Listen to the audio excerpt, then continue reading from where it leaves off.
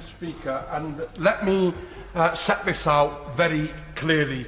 For over 70 years, the sons and daughters of Kashmir have been subjected to persecution, oppression, injustice in the most brutal manner.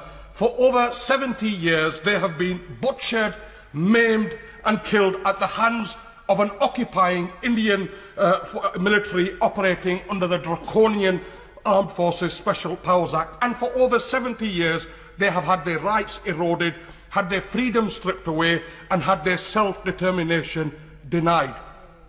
But what, Madam Deputy Speaker, we saw 2 years ago with the right-wing Modi government unilaterally revoking Article 370 and 35A in direct contravention of United Nations resolutions, in direct contravention of international law, as a war crime in the 4th Geneva Convention, is the biggest assault we have seen on the right to self-determination of Kashmiris, and a clear attempt by the right-wing Modi government to quash the Kashmiri cause. I will give way. Thanks to my honourable friend for giving way and making a powerful case. Would he agree with me that after decades of oppression and the denial of human rights and the denial of self-determination, the illegal revocation of Article 370 and 35A by the Government of India breaches not only international law, but is a deliberate attempt to quash the Kashmiri people? And furthermore, it's deeply disturbing that the United Nations Security Council meeting, shortly after those revocations, the United Nations Security Council couldn't even agree a statement of condemnation. My honourable friend is absolutely right. And, you know, Madam Secretary, let me say this. This is a critical juncture for the future of Kashmir. And while today's debate, sadly, will be another debate where we list off a raft of grave human rights abuses taking place in Indian-occupied Kashmir, another debate where we call for action against those perpetrating these grave crimes, where we demand for numerous UN resolutions to be finally upheld, to only then be told by ministers that this is a bilateral issue between India and Pakistan. Madam Deputy Speaker, human rights are never bilateral issues. The right to self-determination is never a bilateral issue. Human rights abuses, the right of a people to determine their own destiny is never a bilateral issue. It is always an international issue.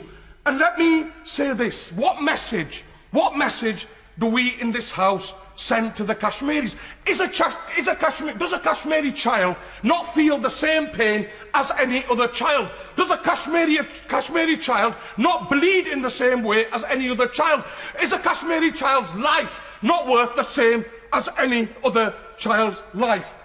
Madam Deputy Speaker, we raise these issues time and time again, but Kashmiris are still subjected to appalling human rights abuses at the hands of a brutal occupying military force. If the UK and the rest of the international community continues to remain silent and continues to refuse to uphold UN resolutions, and the right-wing Modi government continues to actively ignore them to unilaterally quash the Kashmiri struggle, then what is the point of us talking here? And I have to ask this at this point, what is the point of the United Nations when they cannot even enforce, when they cannot even implement their own resolutions? And we have to start asking these very serious questions. My honourable friend makes a perfectly fine point in terms, soon after the revocation of Article 370 and 35A, the United Nations Security Council met and could not even agree a statement of condemnation. That is shameful, Madam Deputy Speaker.